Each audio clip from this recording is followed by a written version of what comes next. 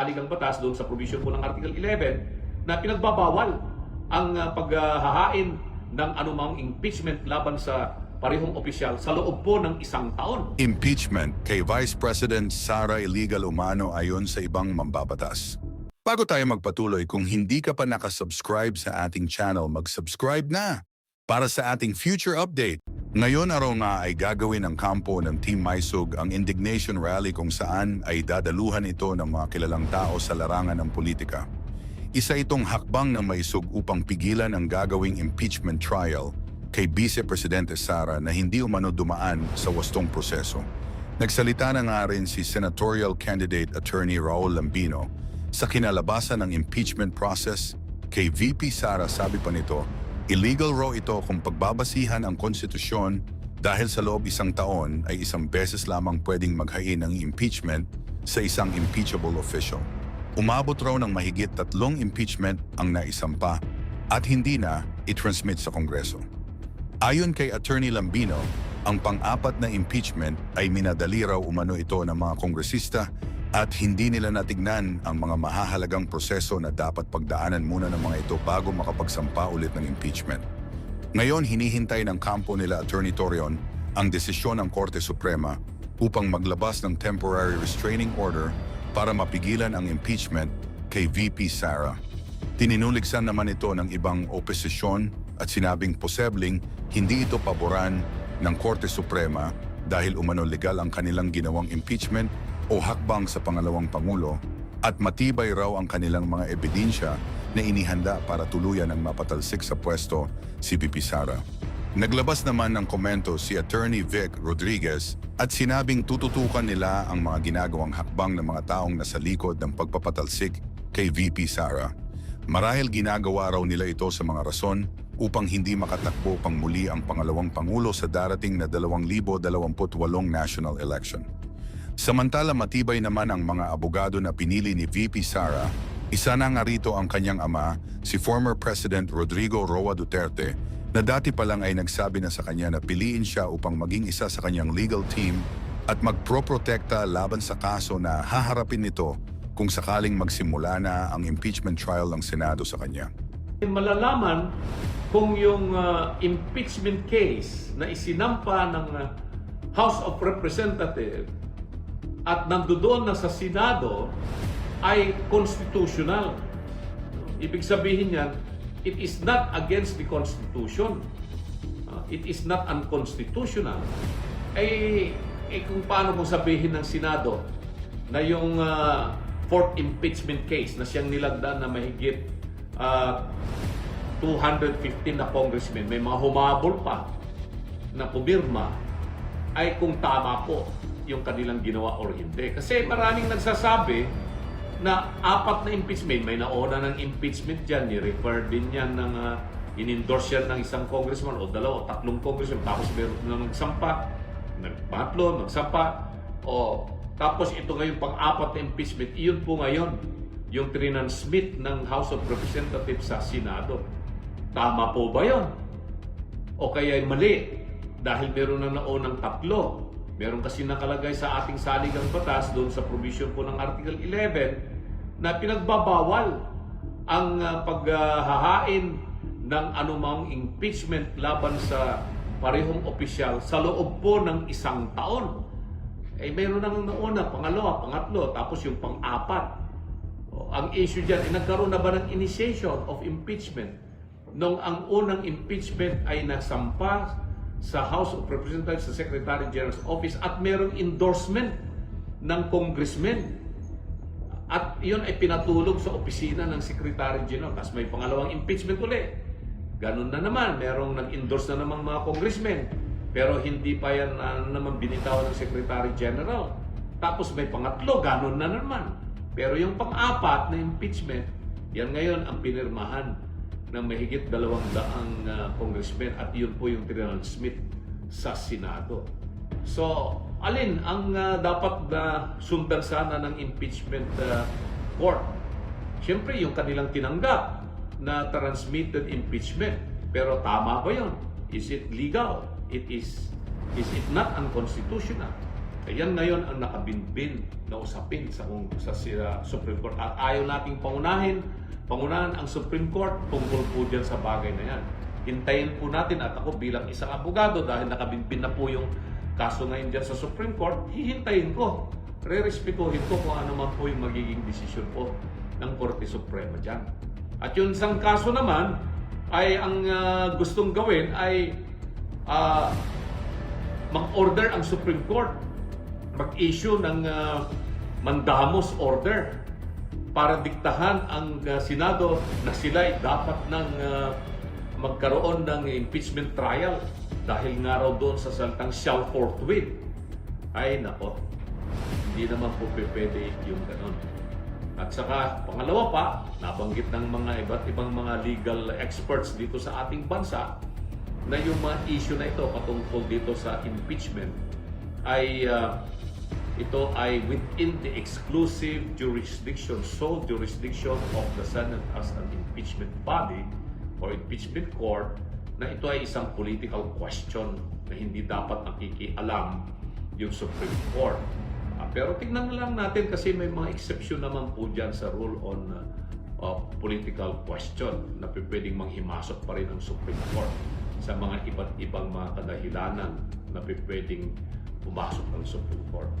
So, ito ang tanong. Ano ang maitutulong natin sa mga Pilipino? Alam po ninyo, ang senador at mga kongresista ay dapat po silang nandiyan para gumawa ng batas, mapakinggan nila yung boses ng sambayan ng Pilipino, madama nila yung kanilang madamdamin, at yun pong mga panukalang batas na kinakailangan para masagot po ang pangailangan ng Pilipino. Well, alam na natin ang pangailangan ng maraming Pilipino.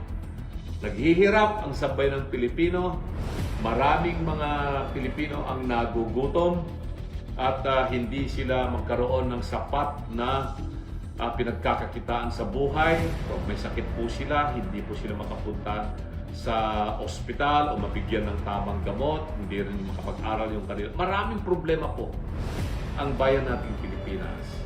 Ang lagi ko pong sinasabi ay kung yung mga Pilipino ay gumanda ang buhay nila sa loob ng 30 taon, sa nakalipas na 30 taon o 40 taon, magmula po nung nagkaroon po ng pagbabago ang saligang batas at nagkaroon ng mga bagong mga senador at mga kongresista, at pabalik-balik na lamang po yung mga pamilya, yung mga pangalan ng mga politiko na umuupo po sa Senado at sa Kongreso.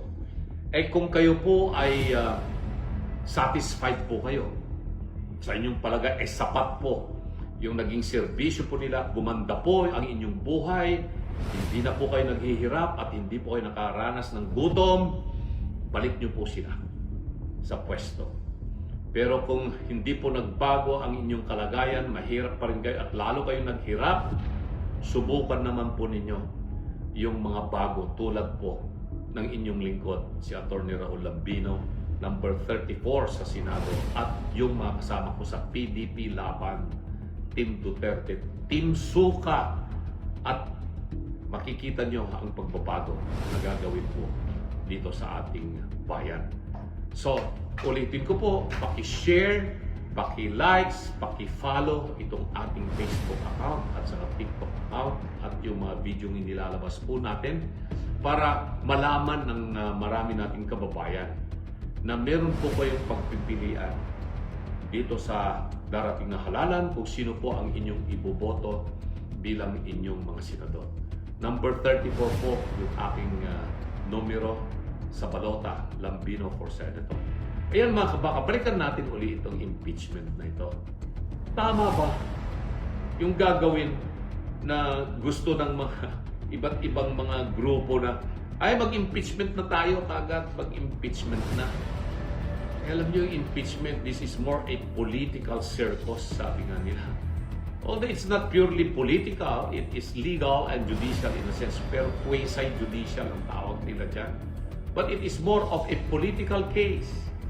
Di naman masyadong pinag-uusapan dyan yung mga ebidensya na idudulog ng mga prosecutor o yung mga kamara o mga nagreklamo. Hindi po katulad ng sa korte na magkakaroon talaga ng matinding mga direct examination, cross-examination, etc., etc., ay talaga pong yung judges at saka justices ng korte ay magbabase lamang ng desisyon sa mga ebidensya at kung ano ang sinasabi ng batas. Yan po ang ginagawa ng isang huwes o maestrado. Pero pagdating sa impeachment court, although sinasabi natin court, hindi naman po ito yung tinatawag natin talagang court of law or court of justice na parang Supreme Court or Court of Appeals o Regional Trial Court. Hindi po. Ang mananaig pa rin sa mga senator, judges, ay kung ano ang politika. At lagi po nilang iisipin sana what is the best for national interest. Pero kung minsan, hindi man madalas, hindi yung national interest ang iniisip ng karamihang mga politiko. Nakita naman natin nung nakaraang mga impeachment trial, lalong-lalo na yung kay the late Chief Justice Renato Corona. Bigla siyang na-convict dahil sa SALN. Wala naman doon sa original complaint yung SALN, doon sa original articles of impeachment na sinampa. Pero na-convict siya dahil doon sa SALN. But eventually, nagkaroon ng mga pagbabago, no? Naibalik din lahat ng mga retirement benefits o mga benepisyo ng the late Chief Justice Corona. Pero patay na siya noon nung nagkaroon ng ganung desisyon.